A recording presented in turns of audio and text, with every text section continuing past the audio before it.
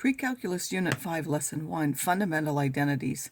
In this lesson, we want to use basic identities to do 4 different things: find values, simplify trig expressions, solve trig equations, and then also prove other identities.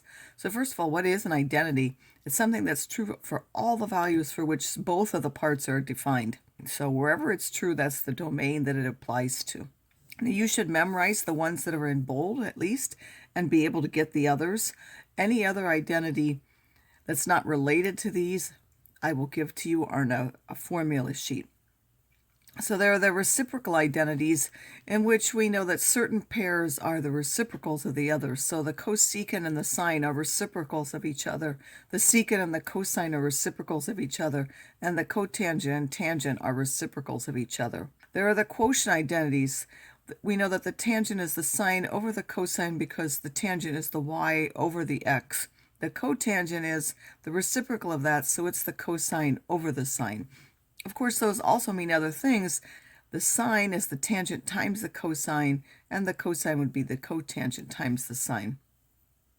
There are the Pythagorean identities, because on the unit circle, this point is xy, so we have x squared plus y squared is 1. The x-coordinate is the cosine of the angle, and the y-coordinate is the sine, so the cosine squared plus the sine squared has to be 1.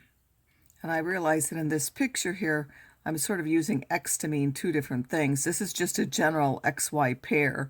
That's all that stands for. It does not really refer to the x in the picture. We have the cofunction identities, which the sine and the cosine are off by 90 degrees, so all it really means is that if you have the sine of 20, it's the same as the cosine of 70, which we know from right triangles. Then we also have the tangent and the cotangent, which are off by 90, and the secant and the cosecant, which are off by 90, or related by 90 degrees. So we have some that are related by 90 degrees. The sine and the cosine are related, the tangent and the cotangent, and the secant and the cosecant. Particularly for the sine and the cosine, we saw this in right angle triangles. If we had the sine of 20, it was the same as the cosine of 70, and so on.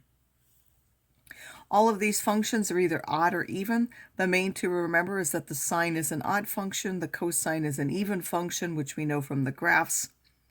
And therefore, all of the others that relate to 2 of these at one time, or just one of the odd functions, are all odd, and only the secant and cosecant are even. Now we're going to use these basic identities to do 4 different things. The first thing we're going to use them to is to find values. So how can we use the Pythagorean identities to find different things? Suppose I want the sine and the cosine if the tangent of theta is minus 3/4, and we know that the sine is positive. Well, the tangent is only negative in 2 quadrants. Those are in the second and the fourth, and which one of those also has the sign positive? That's in the second quadrant. So those 2 pieces together mean that our angle theta has to be somewhere in the second quadrant. Because of that, in the second quadrant, when we find the cosine, we're going to choose a negative sign. So we know that 1 plus the tangent squared is the secant squared, so I can put that minus 3/4 in place of the tangent squared and find out what the secant squared is. So now the secant has to be plus or minus that. Because it's in quad 2, we know the cosine is negative, so therefore the secant is negative, and that's why we will choose the negative value for the secant. The cosine is then the reciprocal of that, and the tangent is the sine over the cosine, or the sine is the tangent times the cosine.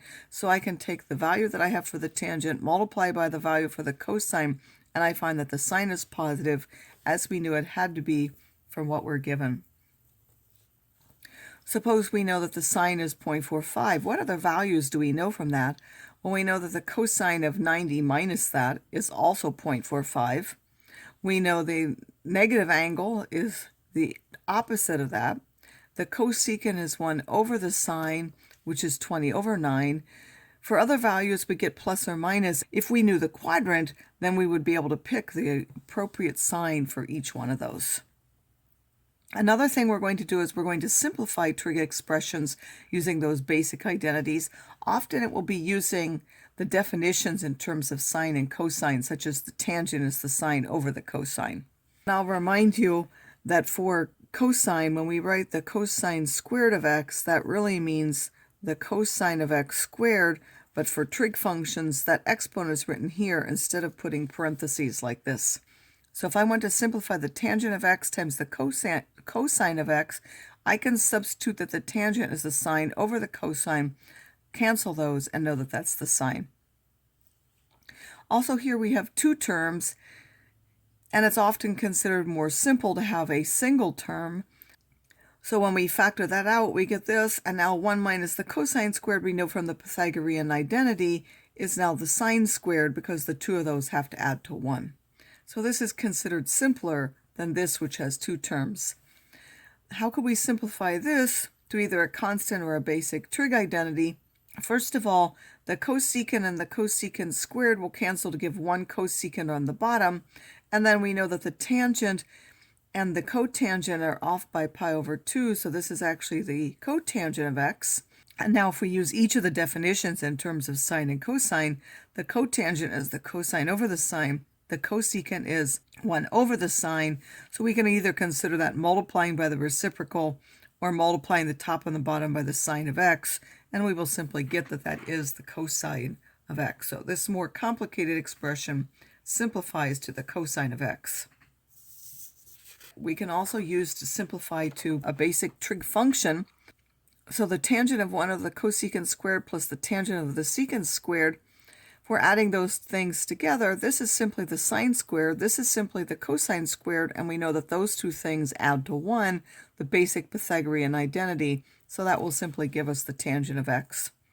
Another thing we're going to do is to solve trig equations, often by getting all the terms on one side, possibly writing in terms of a single trig function, or factoring, or some combination of those. So if we want to solve this, now you might say divide both sides by the tangent, but if you do that, you end up losing some of the solutions. So don't divide out something from both sides when you're solving a trigonometric equation, because there's a variable involved. You can do that with numbers, but anytime you do that with an expression, you actually lose some of the potential solutions to the equation.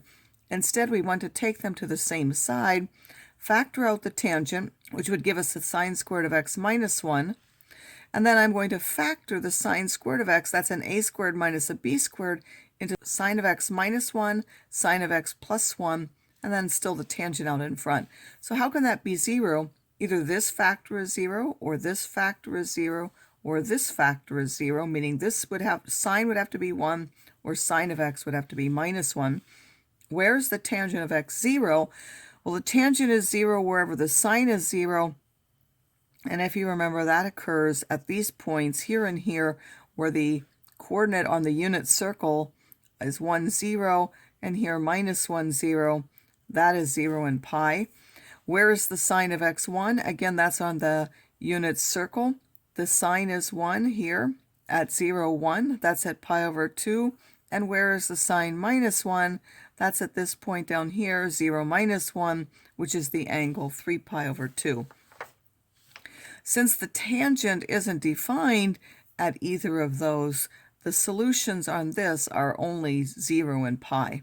All right, what if we want to find all the solutions to something? For example, these aren't really all the solutions. These are just the solutions in 0 to 2 pi. The period of this function is pi, so you would keep adding pi's, and you would get 2 pi, 3 pi, 4 pi, and then also the minus ones, minus pi if you wanted all the solutions. These are just the first two. In the next one, we're asked to find all the solutions. So this is the quadratic and the cosine of x. You can try factoring. And this actually factors like this. This gives me 4 cosine of x squared. Each one of these gives me minus 2 cosine of x. And then this will give me a plus 1. And each one of those will be 0 if the cosine of x is 1/2. We know the cosine is positive in quadrants 1 and 4. And if we draw the triangle so that the cosine is 1/2, we recognize that this is a 30, 60, 90 degree triangle. Across from the square root of 3 is the pi over 3, so that's our reference angle. In quad 1, it's pi over 3. In the fourth quadrant, it's 2 pi minus that, or 5 pi over 3. So these are now the first two solutions, the ones in 0 to 2 pi. But if we want all of those, we have to look at the period of the cosine. The period of the cosine is 2 pi, so to go to the next solution, I have to add any number of 2 pi n's to each of those to get the next solution. Meaning I can go here, but I can go another 2 pi this way, I can go 2 pi that way, and so on. We're also going to prove other trig identities. Usually you pick either the left hand or the right hand side, and then at each step you replace the one before with something equivalent, and then your last step will be the other side. So you usually start with the most complicated side. Here we have 2 terms in each, but this one's a higher power. I would start with the higher power. I write down the left side, but you need to keep the other side in mind. This side should now be my last step if I'm proving it. So once I've factored this and I look and I'm like, okay, that's almost this part. And then I recognize that this is the Pythagorean identity, that's 1. I can replace that with 1. So that does give me the sine squared minus the cosine squared.